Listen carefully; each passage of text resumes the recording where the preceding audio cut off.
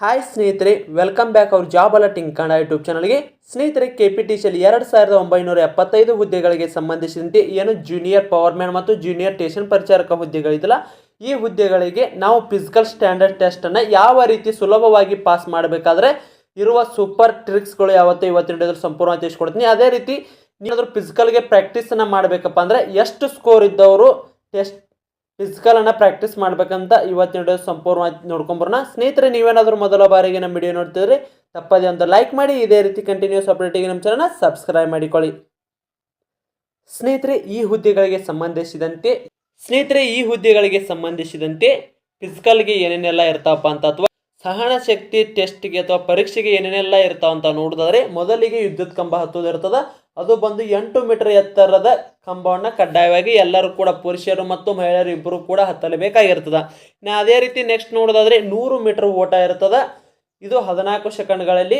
ಸ್ನೇಹಿತರೆ, ನೀವೇನಾದರೂ ಕಂಬ ಹತ್ತೋದರಲ್ಲಿ ಫೇಲ್ ಆದರೆ ಯಾವನ್ನ ನೀವು ಅಟೆಂಡ್ ಮಾಡಲು ಅರ್ಹತೆ ಇರಲ್ಲ. ಮೊದಲಿಗೆ ಕಂಬ ಹತ್ತೋದಿರ್ತದೆ, ಆ ಕಂಬವನ್ನು ಎಲ್ಲರೂ ಕೂಡ ಕಡ್ಡಾಯವಾಗಿ ಹತ್ತಲೇಬೇಕಾಗಿರ್ತದ. ನೆಕ್ಸ್ಟ್ ನೋಡೋದಾದ್ರೆ ಸ್ಕಿಪ್ಪಿಂಗ್ ಇರ್ತದ. 1 ನಿಮಿಷಕ್ಕೆ 50 ಬಾರಿ ಸ್ಕಿಪ್ಪಿಂಗನ್ನು ಮಾಡಬೇಕು.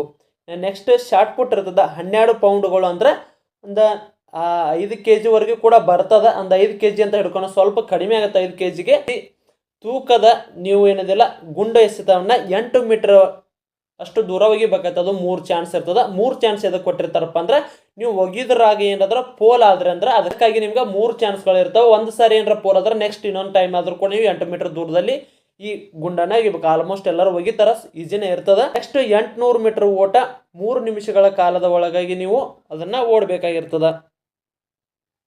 ನೋಡಿದ್ರೆ ಸ್ನೇಹಿತರೆ, ಇವು ಬಂದು ನಿಮಗೆ KPTCL ಹುದ್ದೆಗಳಿಗೆ ಸಂಬಂಧಿಸಿದಂತೆ ಫಿಸಿಕಲ್ ಟೆಸ್ಟ್ನಲ್ಲಿ ಇರುವಂಥವ. ಇವನ್ನ ನೀವು ಇದರಲ್ಲಿ 3 ಕಡ್ಡಾಯವಾಗಿ ಪಾಸ್ ಮಾಡಬೇಕು. ಒಂದು ಕಂಬ ಹತ್ತೋದು ಫಿಕ್ಸ್. ಇನ್ನು ಇವು 4ರಲ್ಲಿ 2 ಪಾಸ್ ಆಗಬೇಕು. ನೀವು ರನ್ನಿಂಗರ ಪಾಸ್ ಆಗ್ರಿ ಅಥವಾ ಶಾರ್ಟ್ ಪುಟ್ಟು ಅಥವಾ ಸ್ಕಿಪ್ಪಿಂಗಲ್ಲಿ ಪಾಸ್ ಆದರೂ ಕೂಡ ನಡೀತದೆ. ಒಟ್ಟಾರೆಯಾಗಿ 3 ಪಾಸ್ ಮಾಡಬೇಕು. ಕಂಬ ಹತ್ತೋದು ಕಡ್ಡಾಯ ಆಗಿರ್ತದೆ. ತದನಂತರದ್ದು ಇನ್ನು 2 ನೀವು 4ರಲ್ಲಿ 2 ಮಾಡಬೇಕಾಗಿರ್ತದೆ. ಹಾಗಿದ್ರೆ ಇವುಗಳನ್ನ ಫಿಸಿಕಲ್ ಟೆಸ್ಟನ್ನು ಯಾವ ರೀತಿ ಸುಲಭವಾಗಿ ನಾವು ಪಾಸ್ ಮಾಡುವ ಟ್ರಿಕ್ ಯಾವಪ್ಪ ಅಂತ ನೋಡೋದಾದರೆ, ಮೊದಲನೇದು ಕಂಬ ಹತ್ತುವ ಟಿಪ್ಸನ್ನು ನೋಡ್ಕೊಂಬರೋಣ. ಈಗ ಸ್ನೇಹಿತರೆ, ಮೊದಲಿಗೆ ಕಂಬ ಹತ್ತಬೇಕಾದ್ರೆ ನಿಮ್ಮ ಕೈಗಳಲ್ಲಿ ಶಕ್ತಿ ತುಂಬಾನೇ ಇರಬೇಕಾಗಿರ್ತದೆ. ಇದು ನಿಮಗೆ ಸ್ಪಷ್ಟವಾಗಿ ಗೊತ್ತಿರಲಿ.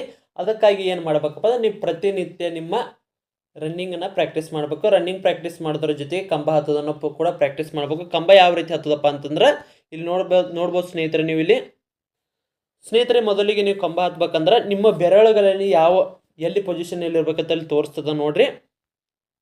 ಸ್ನೇಹಿತರೆ, ನಿಮ್ದು ಹೆಬ್ಬೆರಳು ಏನಿದೆಯಲ್ಲ ಕಂಬದ ಅಂಚಿನಲ್ಲಿ ಈ ಸೈಡ್ ಇರಬೇಕು. ಇಲ್ಲಿ ತೋರಿಸ್ತಾ ಇದೆಯಲ್ಲ, ಈ ಸೈಡ್ ಇರಬೇಕು. ತದನಂತರ ಉಳ್ಕೆದ ಬೆರಳು ಏನಿದೆಯಲ್ಲ ಮಗ್ಲಿದ್ರೆ ನಡೀತದ.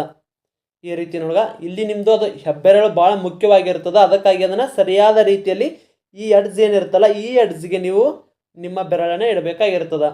ಸ್ನೇಹಿತರೆ, ನೀವು ಯಾವುದೇ ರೀತಿಯಲ್ಲಿಗೆ ಪ್ರಾಕ್ಟೀಸ್ ಮಾಡಲು ಅಥವಾ ಕೋಚಿಂಗ್ ಸೆಂಟರ್ಗೆ ಹೋಲಾರ್ದ ನೀವು ಪ್ರತಿನಿತ್ಯ ನಾವು ಹೇಳುವ ಟಿಪ್ಸ್ಗಳನ್ನು ಫಾಲೋ ಮಾಡಿದ್ದೆ. ಅದಕ್ಕಾಗಿ ಈ ಹುದ್ದೆಗಳಿಗೆ ಸಂಬಂಧಿಸಿದಂತೆ ಫಿಸಿಕಲನ್ನು ಪಾಸ್ ಮಾಡ್ಬೋದಾಗಿರ್ತದ. ಸ್ನೇಹಿತರೆ, ಇದಕ್ಕೆ ಸಂಬಂಧಿಸಿ ಸಾಕಷ್ಟು ಅಭ್ಯರ್ಥಿಗಳು ಕೇಳಾಕತ್ತಾರೆ ಎಕ್ಸಾಮ್ ಆಗುತ್ತೆ ಇಲ್ಲತ್ತೆ. ಸ್ನೇಹಿತರೆ, ಎಕ್ಸಾಮ್ ಆಗೋದು 99% ಡೌಟ್ ಆಗಿರ್ತದ. ಈಗ ಆಲ್ರೆಡಿ ಹೋರಾಟಗಳೆಲ್ಲ ಆಗಿದ್ದು, ಇದಕ್ಕೆ ಸಂಬಂಧಿಸಿದ ಇಂಧನ ಸಚಿವರು ಏನು ಹೇಳಿದಾರಪ್ಪ ಅಂದ್ರೆ, D ಗ್ರೂಪ್ ಹುದ್ದೆ ಆದ ಕಾರಣಕ್ಕೆ ನಾವು ಯಾವುದೇ ಕಾರಣಕ್ಕೆ ಇದಕ್ಕೆ ತೆಗೆದುಕೊಳ್ಳೋದಿಲ್ಲ ಅಂತ ಹೇಳಕತ್ತಿದ್ದಾರೆ. ಅದಕ್ಕೆ ಸಂಬಂಧಿಸಿದಂತೆ ಈಗ ನ್ಯಾಯಾಲಯದಲ್ಲಿ ಕೂಡ ಫಿಸಿಕಲ್ ಇದನ್ನು ಎಕ್ಸಾಮ್ ಮುಖಾಂತರನೇ ನೋಟಿಫಿಕೇಶನ್ ಮಾಡ್ಕೋಬೇಕಂತೇಳಿ ಆಲ್ರೆಡಿ ಕೇಸನ್ನು ಕೂಡ ಹಾಕಿರ್ತಾರೆ. ಅದಕ್ಕೆ ಸಂಬಂಧಿಸಿದಂತೆ ವಿಚಾರಣೆಯ ದಿನಾಂಕವನ್ನು ಕೂಡ ಇನ್ನೂ ನಿಗದಿ ಆಗಿಲ್ಲ. ಆದರೆ ಇಲ್ಲಿ ಕೂಡ 99% ಎಕ್ಸಾಮ್ ಆಗೋದು ಕೂಡ ಡೌಟ್ ಆಗಿರ್ತದೆ. ಅದಕ್ಕಾಗಿ ನೀವು ಈಗ ಪ್ರಾಕ್ಟೀಸನ್ನು ಸ್ಟಾರ್ಟ್ ಮಾಡಬೇಕು. ಸ್ನೇಹಿತರಲ್ಲಿ ತೋರಿಸ್ತಿದ್ದೀವಲ್ಲ ನೋಡಿ, ಈ ರೀತಿ ನಿಮ್ಮ ಬೆರಳುಗಳು ಇಲ್ಲಿ ಈ ಸೈಡ್ 4 ಇರಬೇಕು. ಈ ಸೈಡ್ ಏನಿದೆ ಹೆಬ್ಬೆರಳು ಈ ಸೈಡ್ ಇಲ್ಲಿ ಇಟ್ಟಿರಬೇಕಾಗಿರ್ತದೆ. ಇದು ಭಾಳ ಇಂಪಾರ್ಟೆಂಟ್ ಆಗಿರ್ತದೆ. ಅದಕ್ಕಾಗಿ ಸರಿಯಾದ ರೀತಿಯಲ್ಲಿ ನೀವು ಪ್ರಾಕ್ಟೀಸನ್ನು ಮಾಡಿದ್ದಲ್ಲಿ ನೀವು ಆರಾಮಾಗಿ ಈ ಹುದ್ದೆಗಳಿಗೆ ಸಂಬಂಧಿಸಿದಂತೆ ಫಿಸಿಕಲ್ ಟೆಸ್ಟನ್ನು ಪಾಸ್ ಮಾಡ್ಬೋದಾಗಿರ್ತದೆ. ಸ್ನೇಹಿತರೆ, ಹತ್ತುವಾಗ ಕೂಡ ನಿಮ್ಮದು ಕೈ ಸ್ನೇಹಿತರೆ ಯಾವುದೇ ಕಾರಣಕ್ಕೂ ನೀವು ಅಂಜುವ ಅವಶ್ಯಕತೆ ಇರಲ್ಲ.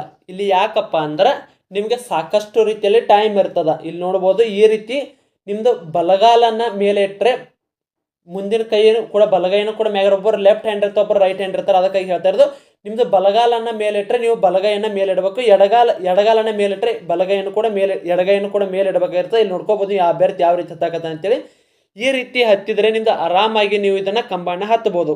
ಆದಷ್ಟು ನೀವು ಅಂಚಿನಲ್ಲಿ ಇಟ್ಟುಕೊಂಡು ಹತ್ತಬೇಕಾಗಿರ್ತದೆ ಕೈಯನ್ನು. ಇನ್ನು ಅದೇ ರೀತಿ ನೆಕ್ಸ್ಟ್ ಟೆಸ್ಟ್ ಯಾವುದಪ್ಪ ಅಂತ ನೋಡೋದಾದ್ರೆ ಸ್ನೇಹಿತರೆ, ನಮ್ಮ ಇಲಾಖೆ ಲಾಸ್ಟ್ ಇಯರ್ದು ಯಾವ ರೀತಿ ಕಂಬನ ಹತ್ತಕ್ಕೆ ಬಿಟ್ಟಿರುತ್ತೆ ತೋರಿಸ್ತೀನಿ ನೋಡಿ. ಯಾವುದೇ ಕಾರಣಕ್ಕೆ ಅಂಜಾಕ್ ಒಬ್ಬ ಅಭ್ಯರ್ಥಿ ಯಾವ ರೀತಿ ನಿಧಾನವಾಗಿ ಕೂಡ ಹತ್ತಿ ಇದನ್ನು ಫಿಸಿಕಲನ್ನು ಟೆಸ್ಟನ್ನು ಪಾಸ್ ಆಗ್ತಾರೆ ನೋಡ್ಕೋಬೋದು. ನೀವು ಸಲೀಸಾಗಿ ಆರಾಮಾಗಿ ಹತ್ತಿದ್ದಾರೆ. ಇಲ್ಲಿ ಸಾಕಷ್ಟು ಅಭ್ಯರ್ಥಿ ಪ್ರಾಕ್ಟೀಸನ್ನು ಮಾಡದೇ ಇದ್ದರೂ ಕೂಡ ಬಂದಿರ್ತಾರೆ. ಇಲ್ಲಿ ನೋಡ್ಬೋದು ಒಬ್ಬ ಅಭ್ಯರ್ಥಿ ಇನ್ನೂ ಹತ್ತಿದ್ರು ಕೂಡ ಉಳಿದ ಅಭ್ಯರ್ಥಿಗಳು ಎಷ್ಟು ಹಿಂದಿಗಡೆ ಇದ್ದಾರೆ ಅಂತೇಳಿ ಆರಾಮಾಗಿ ನೀವು ಟೆನ್ನಿನ ಗಿಡ ಹತ್ತಿದಂಗೆ ಹತ್ತಾಕತ್ತಾನ. ಇಲ್ಲಿ ಅಭ್ಯರ್ಥಿ ನೋಡ್ಬೋದು ನೀವು. ಇಲ್ಲಿ ಈ ಅಭ್ಯರ್ಥಿನ ಟೆನ್ನಿನ ಗಿಡ ಯಾವ ರೀತಿ ಹತ್ತಾರಲ್ಲ ಆ ರೀತಿ ಹತ್ತಾಕತ್ತಾನ, ಹತ್ತಿ ಕೂಡ ಪಾಸ್ ಆಗ್ತಾನೆ. ಈ ಅಭ್ಯರ್ಥಿ ಕೂಡ ಪಾಸ್ ಆಗ್ತಾನೆ. ನಿಮಗೆ ಇಲ್ಲಿ ಯಾವುದೇ ರೀತಿ ಅಂಜೋ ಅವಶ್ಯಕತೆ ಇರಲ್ಲ, ಯಾಕಂದ್ರೆ ಟೈಮ್ ಸಾಕಷ್ಟು ಇರ್ತದೆ. ಆರಾಮಾಗಿ ಹತ್ತಿ ಇಳಿಯಬಹುದಾಗಿರ್ತದೆ. ಸ್ನೇಹಿತರೆ, ಅದೇ ರೀತಿನ ಸ್ಕಿಪ್ಪಿಂಗ್ ಟೆಸ್ಟ್ ಯಾವ ರೀತಿ ಪಾಸ್ ಮಾಡಬೇಕಪ್ಪ ಅಂದ್ರೆ 1 ನಿಮಿಷಕ್ಕೆ ನೀವು 50 ಬಾರಿ ಸ್ಕಿಪ್ಪಿಂಗನ್ನು ಮಾಡಬೇಕು. ಇದಕ್ಕೆ ಮಾಡಬೇಕಪ್ಪ ಅಂದರೆ ಯಾವ ರೀತಿ ಮಾಡಿದರೆ ನೀವು ಪಾಸ್ ಆಗ್ತೀರ ಅಂತ ಇಲ್ಲಿ ತೋರಿಸ್ತೀನಿ ನೋಡಿ. ಇಲ್ಲಿ ವಿಡಿಯೋದಲ್ಲಿ ನಿಮ್ಗೆ ಸ್ವಲ್ಪ ಕ್ಲಾರಿಟಿ ಸಿಗ್ತತಿ. ಇದರಲ್ಲಿ ನಿಮ್ಗೆ ಸಾಕಷ್ಟು ಅಭ್ಯರ್ಥಿ ಅದಕ್ಕೆ ಏನು ಸಂಬಂಧಿಸಿದಂತ ಏನು ವ್ಯತ್ಯಾಸ ಅದಾವೆ, ಇಬ್ಬರು ಕೂಡ ಸರಿಯಾದ ರೀತಿಯಲ್ಲೇ ಸ್ಕಿಪ್ಪಿಂಗನ್ನು ಮಾಡಕತ್ತೀರ ಅಂತ ತಿಳ್ಕೊಂಡಿರ್ಬೋದು. ಸ್ನೇಹಿತರಿಗೆ ನೋಡ್ಬೋದು ನೀವು ಅಭ್ಯರ್ಥಿದು. ಈ ಅಭ್ಯರ್ಥಿಗೆ ಕೈಗಳನ್ನು ನೋಡ್ರಿ ಯಾವ ರೀತಿ ಎಷ್ಟು ದೂರದಲ್ಲಿ ಇಟ್ಟುಕೊಂಡು ನಾವು ಸ್ಕಿಪ್ಪಿಂಗ್ ಮಾಡ್ತಾನೆ. ಈ ರೀತಿ ಮಾಡಿದ್ರೆ ನೀವು ಟೈಮನ್ನು ಕವರ್ ಮಾಡೋಕ್ಕಾಗಲ್ಲ. ನಿಮ್ದು ಹಿಂಗೆ ಒಮ್ಮೆ ಹಗ್ಗ ಹಿಂಗೆ ಮೇಲೆ ಹೋಗಿ ತಳ ಬರ್ಬೇಕಂದ್ರೆ 1 ರಿಂದ 2 ಸೆಕೆಂಡ್ ಲೇಟ್ ಆಗಿಬಿಡ್ತದೆ. ಇಲ್ಲಿ ಕೇವಲ ಇಲ್ಲಿ ನೋಡ್ಕೋಬೋದು ನೀವು. ಇಲ್ಲಿ ಅಭ್ಯರ್ಥಿದು ಪೂರ ಎರಡೂ ಕೈ ಹತ್ತಿಗೆ ಇಟ್ಟುಕೊಂಡಿರ್ತಾನೆ. ಅಂದರೆ ನಿಮ್ಮ ದೇಹದ ಬಾಜುನೇ ಇರ್ತಾವನು ಅಭ್ಯರ್ಥಿ ಕೈ.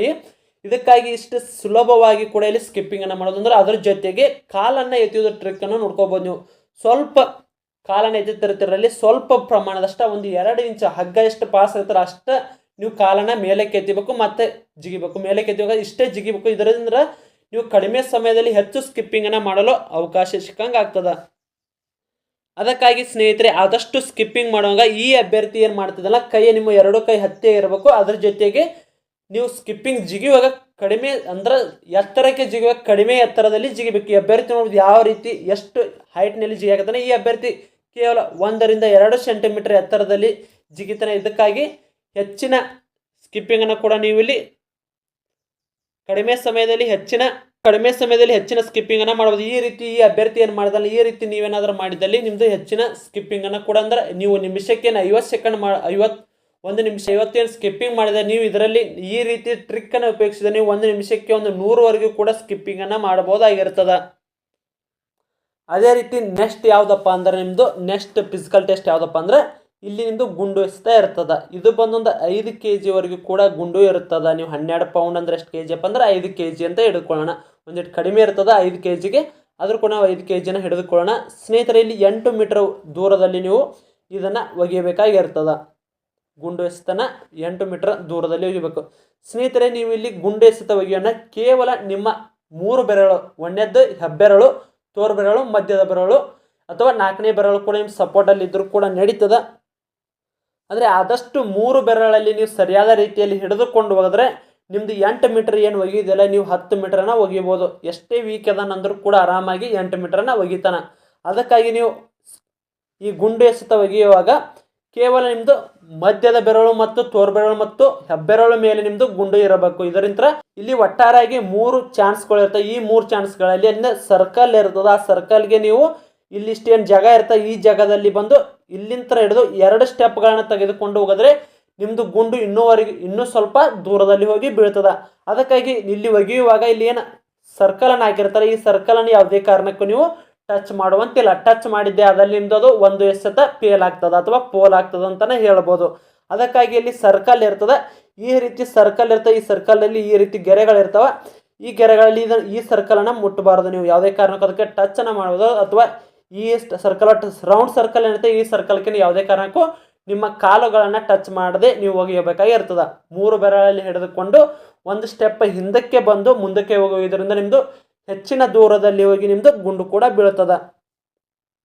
ಇಲ್ಲಿ ಕೇವಲ 8 ಮೀಟರ್ ಒಗೆದರೆ ಸಾಕು, ನಿಮ್ಮದು ಇಲ್ಲಿ ಎಕ್ಸಾಮ್ ಈ ಫಿಸಿಕಲ್ ಪಾಸ್ ಮಾಡ್ತಾರೆ. ಇದರಲ್ಲಿ ಕೇವಲ ನಿಮ್ಮದು 5ರಲ್ಲಿ 3 ಫಿಸಿಕಲನ್ನು ಪಾಸ್ ಮಾಡಬೇಕಾಗಿರ್ತದೆ. ನೀವು ಆಲ್ರೆಡಿ ಕಂಬ ಹತ್ತೋದು, ಅದೇ ರೀತಿ ಸ್ಕಿಪ್ಪಿಂಗ್, ಅದೇ ರೀತಿಗೆ ಗುಂಡು ಎಸ್ತಾ ಇದೆ.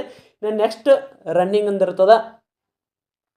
ಸ್ನೇಹಿತರೆ, ಈ ಫಿಸಿಕಲ್ ಟೆಸ್ಟಲ್ಲಿ ರನ್ನಿಂಗ್ ಕೂಡ ತುಂಬ ಮುಖ್ಯವಾಗಿರ್ತದೆ. ಸ್ನೇಹಿತರೆ, ನಿಮ್ಮದು ಗ್ರೌಂಡ್ ಬಂದು ಯಾವ ರೀತಿ ಇರ್ತದೆ ಅಂತ ತೋರಿಸ್ತೀನಿ ನೋಡ್ರಿ. ಇಲ್ಲಿ ಸ್ನೇಹಿತರೆ, ಈ ರೀತಿ ನಿಮ್ಮದು ಗ್ರೌಂಡ್ ಇರ್ತದೆ. ಈ ಗ್ರೌಂಡಲ್ಲಿ ಈ ರೀತಿ ಸರ್ಕಲ್ಗಳು ಏನಿದಾವಲ್ಲ, ಇದು ಎರಡು ರೌಂಡನ್ನು ನೀವು ಇಲ್ಲಿ ಗ್ರೌಂಡ್ ಹೊಡಿಬೇಕು. 800 ಮೀಟರ್ಗೆ 2 ರೌಂಡನ್ನು ಹಾಕಬೇಕಾಗಿರ್ತದೆ. ಇದು 400 ಮೀಟರ್ ಸುತ್ತಳತೆ ಇರುವ ಗ್ರೌಂಡ್ ಆಗಿರ್ತದೆ. ಸ್ನೇಹಿತರೆ, ನೀವು ಇಲ್ಲಿ ಓಡುವಾಗ ಏನು ತಪ್ಪದೆ ಪಾಲನೆ ಏನು ಮಾಡಬೇಕಪ್ಪ ಅಂದ್ರೆ ಆದಷ್ಟು ಇಲ್ಲಿ ಏನಿದೆ ಅಲ್ಲ ಇಲ್ಲಿಂದ ನಿಮ್ಮದು 400 ಮೀಟರ್ ದೂರದಲ್ಲಿ ಇರ್ತದೆ ಗ್ರೌಂಡು. ಅಂದರೆ ಇಲ್ಲಿಗೆ ಇದಕ್ಕೆ ಹಚ್ಚೆ ನೀವು ಓಡಿದರೆ 400 ಮೀಟರ್ ಆಗ್ತದೆ. ನೆಕ್ಸ್ಟ್ ಒಂದನೇ ಸರ್ಕಲ್ ಬಿಟ್ಟು 2ನೇ ಸರ್ಕಲ್ಗೆ ಓಡಿದರೆ 100 ಅಥವಾ 50 ಮೀಟರ್ ದೂರ ಆಗ್ತದೆ. ಅದೇ ರೀತಿ ನೆಕ್ಸ್ಟ್ ಒಂದು ದೂರ ಅಂದರೆ ನೀವು ಹೆಚ್ಚಿಗೆ ಯಾವ ರೀತಿ ಇಲ್ಲಿ ತೋರಿಸ್ತೀನಿ ನೋಡಿ. ನೆಕ್ಸ್ಟ್ ಇಲ್ಲೇನಿರುತ್ತಲ್ಲ ಇಲ್ಲಿ 400 ಮೀಟರ್ ಇರ್ತದೆ. ಈ ಅಭ್ಯರ್ಥಿ ಓಡೋಲ್ಲಿ ಇದು ಸರ್ಕಲ್ ಅಂತ ಅಂದ್ಕೊಳ್ಳಿ, ಇದು ನಿಮ್ಮದು ಗ್ರೌಂಡ್ ಅಂತ ಅಂದ್ಕೊಳ್ಳಿ. ಇಲ್ಲಿ ಏನಿದೆ ಅಲ್ಲ ಇಲ್ಲಿ 400 ಮೀಟರ್ ಇರ್ತದೆ. ಈ ಗೆರೆಗೆ 400 ಮೀಟರ್ ಇರ್ತದೆ. ಇದಕ್ಕೆ ಸ್ವಲ್ಪ ಜಾಸ್ತಿ ಆಗುತ್ತೆ. ಅದೇ ರೀತಿ ಇದಕ್ಕೆ ಹಿಂಗೆ ಏನು ಹೆಚ್ಚಿಗೆ ಬರುತ್ತಿರಲ್ಲ, ನಿಮ್ಮದು ಗ್ರೌಂಡಿನ ಸುತ್ತಳತೆ ಕೂಡ ಜಾಸ್ತಿ ಆಗಿ ಬರುತ್ತದೆ. ಅದಕ್ಕಾಗಿ ನೀವು ಇಲ್ಲಿ ಓಡುವಾಗ ಆದಷ್ಟು ನಿಮ್ಮದು ಕಡಿಮೆ ಸಂಖ್ಯೆಯಲ್ಲಿ ಅಭ್ಯರ್ಥಿಗಳನ್ನ ಬಿಡ್ತಾರೆ. ಯಾವುದೇ ರೀತಿಯಲ್ಲಿ ಆರ್ಮಿಯಲ್ಲಿ ಬಿಡ್ತಾರಲ್ಲ 200 300 ಇಷ್ಟು ಅಭ್ಯರ್ಥಿಗಳನ್ನ ಬಿಡಲ್ಲ. ಕೇವಲ ಒಂದು 20 ಅಭ್ಯರ್ಥಿ ಅಥವಾ 10 ರಿಂದ 20 ಅಭ್ಯರ್ಥಿಗಳನ್ನ ಇಲ್ಲಿ ರನ್ನಿಂಗನ್ನು ಬಿಡ್ತಾರೆ. ಆ ರನ್ನಿಂಗನ್ನು ಬಿಡುವ ಆದಷ್ಟು ನೀವು ಈ ಸರ್ಕಲಲ್ಲಿ ಓಡೋಕೆ ಪ್ರಯತ್ನ ಮಾಡಬೇಕು. ಆಲ್ಮೋಸ್ಟ್ ಸುಲಭವಾಗಿ ಎಲ್ಲರೂ ಕೂಡ 3 ನಿಮಿಷದಲ್ಲಿ 800 ಮೀಟರನ್ನು ಕವರ್ ಮಾಡ್ಬೋದು. ಆದರೂ ಕೂಡ ಕೆಲವು ಅಭ್ಯರ್ಥಿಗಳು ಪ್ಯಾಟ್ ಇರ್ತಲ್ಲ, ಆ ಅಭ್ಯರ್ಥಿಗಳಿಗೆ ಓಡಲು ಆಗ್ತಿರಲ್ಲ. ಅದಕ್ಕಾಗಿ ಏನಪ್ಪ ಅಂದ್ರೆ ಆದಷ್ಟು ಈ ಸರ್ಕಲಲ್ಲಿ ಓಡಿದ್ರಿಂದ 400 ಮೀಟರ್ ಅಷ್ಟೇ ಬರ್ತದೆ. ಅದಕ್ಕಾಗಿ ನೀವು ಕಡಿಮೆ ಸಮಯದ 2 ನಿಮಿಷ 30 ಸೆಕೆಂಡಲ್ಲಿ ಕೂಡ ನೀವು ರನ್ನಿಂಗನ್ನು ಪಾಸ್ ಮಾಡ್ಬೋದಾಗಿರ್ತದೆ. ಇದು ಎಷ್ಟು 800 ಮೀಟರ್ದು ಹೇಳ್ತಾರೆ. 100 ಮೀಟರ್ದು ನೆಕ್ಸ್ಟ್ ಅದನ್ನು ಕೂಡ ಹೇಳ್ತೀವಿ. ಸ್ನೇಹಿತರೆ, ಓಡುವಾಗ ಆದಷ್ಟು ಮೂಗಿನಿಂದ ಉಸಿರಾಡೋದು ಉತ್ತಮ. ಯಾಕಪ್ಪ ಅಂದ್ರೆ ಮೂಗಿನಿಂದ ಉಸಿರಾಡಿದ್ರೆ ನಿಮ್ದು ಎನರ್ಜಿ ಕೂಡ ಜಾಸ್ತಿ ಬರ್ತದೆ. ಅದೇ ರೀತಿ ದಮ್ ಅಂತಾರಲ್ಲ, ದಮ್ಮು ಹತ್ತಲ್ಲ ನಿಮ್ಗೆ. ನೀವೇನಾದ್ರೆ ಬಾಯಿ ಮತ್ತು ಮೂಗು ಎರಡರಿಂದ ಉಸಿರಾಡ ಮಾಡಕತ್ತೀರ ಅಂದ್ರೆ ಈಗ ನಿಮ್ಗೆ ದಮ್ ಅಥವಾ ತೇಕ್ ಹತ್ತಿದ್ರೆ ನೀವು ಮಧ್ಯದಲ್ಲಿ ರನ್ನಿಂಗನ್ನು ಬಿಡುವ ಸಾಧ್ಯತೆ ಕೂಡ ಜಾಸ್ತಿ ಇರ್ತದೆ. ಅದಕ್ಕಾಗಿ ಆದಷ್ಟು ಮೂಗಿನಿಂದ ಉಸಿರಾಟನ ಮಾಡಬೇಕಾಗಿರ್ತದೆ. ಆಯ್ತಲ್ಲ ಸ್ನೇಹಿತರೆ, ತಿಳಿದುಕೊಂಡ್ರಲ್ಲ ಈಗ ಯಾವ ರೀತಿ ರನ್ನಿಂಗನ್ನು ಮಾಡಬೇಕು. ಇನ್ನು ಅದೇ ರೀತಿ ನೆಕ್ಸ್ಟ್ 100 ಮೀಟರ್ ರನ್ನಿಂಗ್ ಇರ್ತದೆ. 100 ಮೀಟರ್ ರನ್ನಿಂಗನ್ನು 14 ಸೆಕೆಂಡದಲ್ಲಿ ಓಡಬೇಕು. ಅದು ಬಂದು ಈ ಟ್ರ್ಯಾಕ್ ಈ ರೀತಿ ನಿಮ್ಮನ್ನ ರನ್ನಿಂಗನ್ನು ಬಿಡ್ತಾರೆ. ಇದರಲ್ಲಿ ಯಾವುದೇ ರೀತಿಯ ಹಿಂಗೆ ರೌಂಡ್ ಹೊಡಿಯೋದು ಇದು ಇರಲ್ಲ, ಸರ್ಕಲ್ ಇರಲ್ಲ, ಸ್ಟ್ರೇಟ್ ಲೈನ್ ಇರ್ತದೆ. ಇಲ್ಲಿ ನೀವು ಫಿನಿಶಿಂಗನ್ನು ಕೇಳಬೇಕಾಗಿರ್ತದೆ. ಡೈಲಿ ನೀವು ಪ್ರಾಕ್ಟೀಸನ್ನು ಮಾಡಿದರೆ ಸುಲಭವಾಗಿ 14 ಸೆಕೆಂಡಲ್ಲಿ ಓಡ್ಬೋದು. 14ಕ್ಕೆ ಕೇವಲ 12 ಸೆಕೆಂಡದಲ್ಲಿ ಕೂಡ 100 ಮೀಟರ್ ರನ್ನಿಂಗನ್ನು ಓಡ್ಬೋದಾಗಿರ್ತದೆ. ಇದು ಸುಲಭವಾಗಿ ಓಡುವಂಥ ಮಾರ್ಗ ಇರ್ತದೆ. ಆದರೆ ಸ್ವಲ್ಪ ಲೇಡೀಸ್ಗೆ ಸ್ವಲ್ಪ ಟಫ್ ಆಗುತ್ತೆ ಅಂತಲೇ ಹೇಳ್ಬೋದು. ಯಾಕಂದರೆ ಸ್ವಲ್ಪ ಮಹಿಳಾ ಅಭ್ಯರ್ಥಿಗಳು ಪ್ರಾಕ್ಟೀಸ್ ಮಾಡೋದು ಕಡಿಮೆ ಇರ್ತದೆ. ಅದಕ್ಕಾಗಿ ಸರಿಯಾದ ರೀತಿಯಲ್ಲಿ ಪ್ರಾಕ್ಟೀಸನ್ನು ಮಾಡಿ. ಹಾಗಿದ್ರೇನ ಈ ಹುದ್ದೆಗಳಿಗೆ ಆಯ್ಕೆ ಆಗಬೇಕಪ್ಪ ಅಂದರೆ ಎಷ್ಟು ಅಂಕಗಳನ್ನ ತೆಗೆದುಕೊಂಡವರು, ಎಷ್ಟು ಅಂಕ ಇದ್ದರೆ ನಾವು ಪ್ರಾಕ್ಟೀಸನ್ನು ಪ್ರಾರಂಭ ಮಾಡಬೇಕಂತ ಸಾಕಷ್ಟು ಅಭ್ಯರ್ಥಿಗಳು ಕೇಳಕತ್ತಿದ್ದೀರಿ. ಸ್ನೇಹಿತರೆ, ನೀವಿಲ್ಲಿ 80ಕ್ಕಿಂತ ಹೆಚ್ಚಿನ ಅಂಕಗಳನ್ನ ಯಾರೆಲ್ಲ ಪಡೆದುಕೊಂಡಿದ್ದಾರ ನೋಡಿ, ಅಂಥ ಎಲ್ಲ ಅಭ್ಯರ್ಥಿಗಳು ಇಲ್ಲಿ ನೀವು ಪ್ರಾಕ್ಟೀಸನ್ನು ಸ್ಟಾರ್ಟ್ ಮಾಡಬೇಕಾಗಿರ್ತದೆ. ಸ್ನೇಹಿತರೆ, ಇಲ್ಲಿ ಅದರ ಜೊತೆಗೆ ಏನು ಅಂಗವಿಕಲ ಅಭ್ಯರ್ಥಿಗಳು ಏನಿದ್ದಾರೆ, ಈ ಅಭ್ಯರ್ಥಿಗಳು ನೀವು ಒಂದು 70ರಿಂದ ಅಥವಾ 65ಕ್ಕಿಂತ ಹೆಚ್ಚಿನ ಅಂಕ ಏನಾದರೂ ಪಡೆದುಕೊಂಡಿದ್ರೆ ನೀವು ಎಲ್ಲರೂ ಕೂಡ ಪ್ರಾಕ್ಟೀಸನ್ನು ಮಾಡಬೇಕಾಗಿರ್ತದೆ. ಇಲ್ಲಿ ಕೇವಲ ಶ್ರವಣ ದೋಷ ಇರುವ ಅಭ್ಯರ್ಥಿಗಳು ಮಾತ್ರ ಅಂಗವಿಕಲ ಅಂತೇಳಿ ಕನ್ಸಿಡರ್ನ ಮಾಡಿರ್ತಾರೆ. ಅದಕ್ಕಾಗಿ ನೀವು ಕೂಡ ಪ್ರಾಕ್ಟೀಸನ್ನು ಸ್ಟಾರ್ಟ್ ಮಾಡಬೇಕು. ಇನ್ನು ಎಕ್ಸ್ ಸರ್ವಿಸ್ ಮ್ಯಾನ್ ಅಭ್ಯರ್ಥಿಗಳು ಎಷ್ಟು ಅಂಕಗಳನ್ನ ತೆಗೆದುಕೊಂಡು ಆಲ್ಮೋಸ್ಟ್ ಎಲ್ಲರೂ ಅರ್ಜಿಯನ್ನು ಯಾರೆಲ್ಲ ಸಲ್ಲಿಸಿದ್ದಾರೆ ನೋಡಿ, ಅಂಥ ಅಭ್ಯರ್ಥಿಗಳು ಎಲ್ಲರೂ ಕೂಡ ನೀವು ಪ್ರಾಕ್ಟೀಸನ್ನು ಪ್ರಾರಂಭ ಮಾಡಲೇಬೇಕಾಗಿರ್ತದೆ. ಎಸ್ಪೆಷಲಿ ಯಾಕಪ್ಪ ನಿಮಗೆ ಎಸ್ ಸರ್ವಿಸ್ ಮ್ಯಾನ್ ಒಳಗೆ ಹೇಳಕತ್ತೀನಿ ಅಂದ್ರೆ ಆಲ್ಮೋಸ್ಟ್ ಎಲ್ಲರೂ ಈಗ ಡ್ಯೂಟಿಯನ್ನು ಮುಗಿಸಿ ಬಂದಿರ್ತೀರಿ, ವಿಶ್ರಾಂತಿ ಒಳಗೆ ಇರ್ತೀರಿ. ಇಲ್ಲಿ ಸಾಕಷ್ಟು ಅಭ್ಯರ್ಥಿಗಳು ಅರ್ಜಿಯನ್ನು ಸಲ್ಲಿಸಿರ್ತಾರೆ. ಅದರಲ್ಲಿ ಫಿಸಿಕಲ್ಗೆ ಅಟೆಂಡ್ ಆಗಿರೋ ಕೇವಲ ಬೆರಳೆಣಿಕೆ ಅಭ್ಯರ್ಥಿಗಳು ಮಾತ್ರ ಫಿಸಿಕಲನ್ನು ಅಟೆಂಡ್ ಮಾಡ್ತಾರೆ. ಅದಕ್ಕಾಗಿ ಅರ್ಜಿಯನ್ನು ಯಾರೆಲ್ಲ ಸಲ್ಲಿಸಿರಿ, ಕೇವಲ ಇಲ್ಲಿ SSLC ನಿಮ್ಮದು 35 ಆಗಿರಲಿ ಅಥವಾ 40 ಆಗಲಿ, ಎಷ್ಟಾರೇ ಆಗಲಿ ನಿಮ್ಮದು ಅಂಕ, ನೀವು ಎಕ್ಸ್ ಸರ್ವಿಸ್ ಮ್ಯಾನ್ ಅಂತ ಏನಾದರೂ ಇದ್ರಂದರೆ ಅರ್ಜಿ ಸಲ್ಲಿಸೋ ಪ್ರತಿಯೊಬ್ಬರು ಕೂಡ ನಿಮ್ಮ ಪ್ರಾಕ್ಟೀಸನ್ನು ಪ್ರಾರಂಭ ಮಾಡಿ. ಸ್ನೇಹಿತರಲ್ಲಿ ಫ್ರೆಷರ್ಸ್ಗೆ ಏನು ಹೇಳೋದಪ್ಪ ಅಂತಂದ್ರೆ ಈಗ ಒಟ್ಟಾರೆಯಾಗಿ ಯಾರೆಲ್ಲ ಅರ್ಜಿಯನ್ನು ಸಲ್ಲಿಸಿದ್ರೆ ಅದರಲ್ಲಿ 80ಕ್ಕಿಂತ ಹೆಚ್ಚಿನ ಅಂಕನ ಪಡೆದುಕೊಂಡವರು ಅರ್ಜಿಯನ್ನು ಏನು ಸಲ್ಲಿಸಿದರೆ ಇವರು ಪ್ರತಿಯೊಬ್ಬರು ಕೂಡ ನೀವನ್ನ ಈಗಲೇ ನಿಮ್ಮದು ರನ್ನಿಂಗನ್ನು ಪ್ರಾಕ್ಟೀಸನ್ನು ಸ್ಟಾರ್ಟ್ ಮಾಡಿ. ಯಾಕಪ್ಪ ಅಂದರೆ ಡೇಟ್ ಯಾವಾಗ ಅನೌನ್ಸ್ ಆಗುತ್ತೆ ಅಂತ ಗೊತ್ತಿಲ್ಲ. ನಿಮ್ಮದು ಫಿಸಿಕಲ್ ಬಂದೊಂದು ಫೆಬ್ರವರಿ ಫಸ್ಟ್ ವೀಕ್ ಅಥವಾ ಜನವರಿ ಲಾಸ್ಟ್ ವೀಕಲ್ಲಿ ಆಗುವ ಸಾಧ್ಯತೆ ಇರ್ತದೆ. ಅದಕ್ಕಾಗಿ ಆದಷ್ಟು ನಿಮ್ಮ ಪ್ರಾಕ್ಟೀಸನ್ನು ಪ್ರಾರಂಭ ಮಾಡಿ. ಮೊದಲಿಗೆ ನಿಮ್ಮದು ಇಲ್ಲಿ 800 ಮೀಟರ್ ರನ್ನಿಂಗ್ ಇದೆ ಇರ್ತದಲ್ಲ, ನಿಮ್ಮದು ಡೈಲಿ ನೀವು 1600 ಮೀಟರ್ ರನ್ನಿಂಗನ್ನು ಪ್ರಾಕ್ಟೀಸ್ ಮಾಡಬೇಕಾಗಿರ್ತದೆ. ಒಂದು ವಾರ ನಿಮ್ಮದು ಕೈಕಾಲುಗಳು ನೋವಾಗ್ತಾವೆ, ಆದರೂ ಕೂಡ ಸ್ವಲ್ಪ ಸಹಿಸಿಕೊಂಡು ಅದನ್ನು ಪ್ರಾಕ್ಟೀಸನ್ನು ಮಾಡಿದರೆ ನಿಮ್ಮದು ನೆಕ್ಸ್ಟ್ ವೀಕ್ದಲ್ಲಿ ನಿಮ್ಮದು ಕಂಬ ಹತ್ತೋದು, ಅದೇ ರೀತಿ ಸ್ಕಿಪ್ಪಿಂಗನ್ನು ಪ್ರಾಕ್ಟೀಸನ್ನು ಮಾಡಿ. ಸ್ಕಿಪ್ಪಿಂಗು, ಕಂಬ ಹತ್ತೋದು ಫಸ್ಟಿಗೆ ನೀವು ಪ್ರಾಕ್ಟೀಸನ್ನು ಏನು ಮಾಡಬೇಕು, ರನ್ನಿಂಗನ್ನು ಪ್ರಾಕ್ಟೀಸನ್ನು ಮಾಡಬೇಕು. ಮೊದಲಿಗೆ ಒಂದು 8ರಿಂದ 10 ದಿವಸ ಯಾವುದೇ ಕಾರಣಕ್ಕೂ ಕಂಬ ಹತ್ತಕ್ಕೆ ಹೋಗಬೇಡ್ರಿ. ಮೊದಲಿಗೆ ನಿಮ್ಮದು ರನ್ನಿಂಗನ್ನು ಪ್ರಾಕ್ಟೀಸ್ ಮಾಡಿ ಸ್ವಲ್ಪ ನಿಮ್ಮದು ಬಾಡಿಯನ್ನು ನಿಮ್ಮ ಕಂಟ್ರೋಲಲ್ಲಿ ಬರ್ತದೆ. ಅಂದ್ರೆ ಕೈಕಾಲೈತಿ ನೋವು ಹಾಕಿರ್ತಲ್ಲ ಸ್ಟಾರ್ಟಿಂಗ್ ಒಂದು 7-8 ದಿವಸ ಓಡಿದ್ರಂದ್ರೆ ಎಲ್ಲ ಕೈಕಾಲೈತಿ ನೋವುಗಳು ಕಡಿಮೆ ಆಗ್ತಾವ ಕ್ರಮಣವಾಗಿ. ಅದಕ್ಕಾಗಿ ನೆಕ್ಸ್ಟ್ ಏನಿರ್ತದಲ್ಲ ಕಂಬ ಹತ್ತೋದು, ಗುಂಡು ಎಸೆತ, ಅದೇ ರೀತಿ ಶಾರ್ಟ್ ಮೀಟರ್ ರನ್ನಿಂಗನ್ನು ಕೂಡ ಪ್ರಾಕ್ಟೀಸ್ ಮಾಡಿ. ಪ್ರತಿದಿನ ನೀವು ಏನಿಲ್ಲ ಅಂದ್ರೆ ಒಂದು 1600ರಿಂದ 2000 ಮೀಟರ್ವರೆಗೆ ಅಥವಾ 2 ಕಿಲೋಮೀಟರ್ ದೂರದವರೆಗೆ ನೀವು ರನ್ನಿಂಗನ್ನು ಪ್ರಾಕ್ಟೀಸ್ ಮಾಡಿದರೆ ನೀವು ಸುಲಭವಾಗಿ 800 ಮೀಟರ್ ಆಗಿರ್ಬೋದು, ಅದೇ ರೀತಿ ಗುಂಡು ಎಸೆತ ಆಗಿರ್ಬೋದು, ಕಂಬ ಹತ್ತೋದಾಗ್ಬೋದು ಅಥವಾ ಸ್ಕಿಪ್ಪಿಂಗನ್ನು ಆಗಬಾರ್ದು. ನಿಮ್ಮದು ಯಾವುದೇ ಕಾರಣಕ್ಕೂ ದಮ್ ಹತ್ತಂಗಿಲ್ಲ. ಅದಕ್ಕಾಗಿ ಆದಷ್ಟು ರನ್ನಿಂಗನ್ನು ಪ್ರಾಕ್ಟೀಸ್ ಮಾಡಿ ಅಂತ ಹೇಳ್ತಾ ಸ್ನೇಹಿತರೆ, ಇದಾಗಿತ್ತು ಇವತ್ತಿನ. ಇದೇ ರೀತಿ ಕಂಟಿನ್ಯೂಸ್ ಅಪ್ಡೇಟ್ ಆಗಿ ನಮ್ಮ ಚಾನಲ್ನ ಸಬ್ಸ್ಕ್ರೈಬ್ ಮಾಡಿಕೊಳ್ಳಿ. ಇದನ್ನು ಹೊರತುಪಡಿಸಿ ನಿಮಗೆ ಏನಾದರೂ ಡೌಟ್ ಇದ್ದು ಅಂದರೆ ಫಿಸಿಕಲ್ಗೆ ಸಂಬಂಧಿಸಿದಂತೆ ಆದಷ್ಟು ಕಮೆಂಟ್ ಮೂಲಕ ತಿಳಿಸಿ. ಸ್ನೇಹಿತರೆ, ಇಲ್ಲಿವರೆಗೆ ವಿಡಿಯೋ ನೋಡೋದಕ್ಕೆ ಧನ್ಯವಾದಗಳು. ಮತ್ತೆ ಮುಂದಿನ ವಿಡಿಯೋದಲ್ಲಿ ಸಿಗೋಣ. ಶುಭ ದಿನ.